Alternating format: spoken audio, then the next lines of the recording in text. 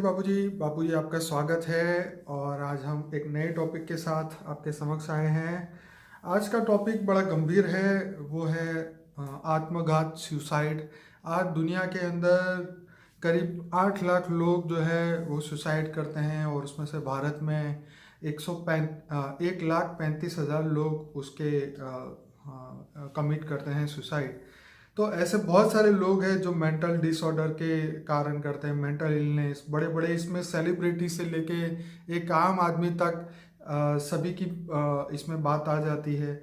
इसमें मतलब जब मैं विकिपीडिया देख रहा था, ये फिगर वहाँ से मैंने उठाई, तो विकिपीडिया जब मैंने ये देखी तो मुझे इतना दुख हुआ कि हम इतनी सारी आत्माओं के लिए कोई एक अच्छा माहौल नहीं बना सकते, या उनको ये ज्ञान नहीं दे सकते कि भाई लाइफ आफ्टर डेथ क्या होती है। हालांकि आपके आपके पार्ट 1 और 2 हिंदी और इंग्लिश में बहुत अच्छे वीडियोस हैं लाइफ आफ्टर डेथ के ऊपर।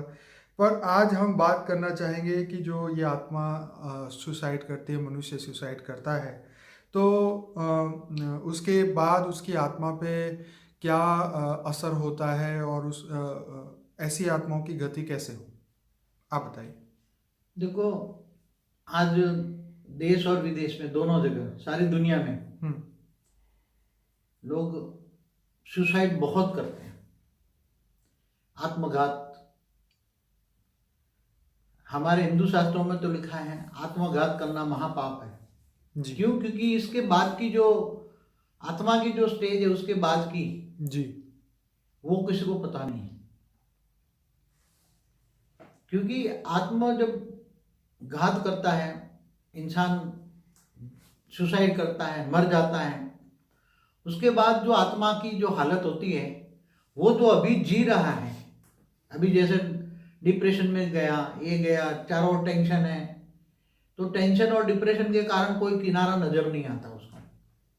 कई कारण होते हैं डिप्रेशन में जाने के, कई कारण है, चाहे सोशल भी कारण होता है, इकोनॉमिक भी कारण होता है, और अपनी खुद की भी मान शान की इच्छाएं भी कई बार इंसान को डिप्रेशन में ला देती है। बड़ी बड़ी इच्छाएं रखते हैं। जी जी जी, ईगो।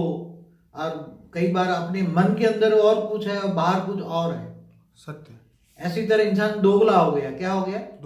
दोगला हो गया है जी। इसलिए अपने मन की बात किसी को कर नहीं सकता।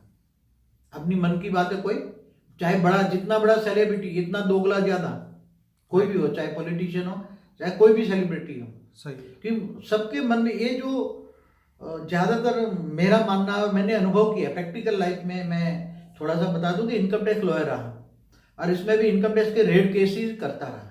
तो मेरे पास बड़े बड़े लोगों का रेड केस का, इनकम टैक्स का रेड केस आते थे।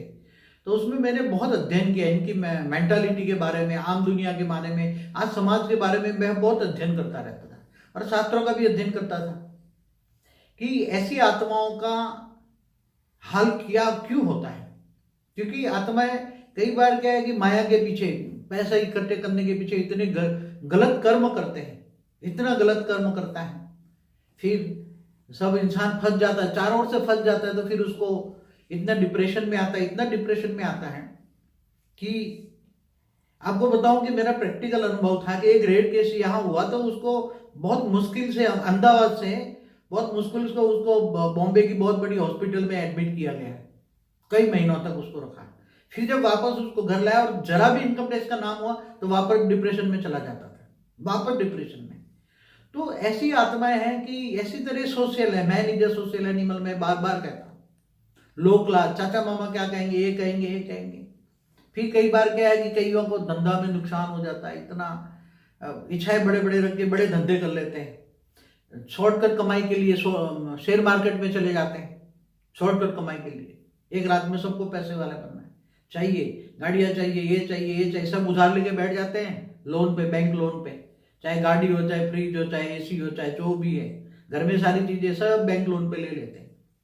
फिर ऐसी हालत होती है कि वो उसको, तो उसकी ये सब चीजें मैं बता रहा हूँ इसलिए कारण, क्योंकि समाज और संसार को पहले ये सोचने की जरूरत है कि मैं कम से कम खर्च में जीने की आदत डालें। कम से कम अगर 1 रुपया कमाता है तो 54 ही खर्चा करे, बाकी 75 पैसा कम से कम खर्च में जीने की आदत डाले, और शोमैनशिप ना करे। बाबूजी देखिए, रीजन तो पूरी दुनिया को पता है। हाँ, मगर रीजन नहीं पता है। बताना पड़ता है ना। सॉल्यूशन जो है आप ये नहीं बताने, देखो कहते हैं निर्विकारी बनो, काम क्रोध लोभ क्या छोड़ा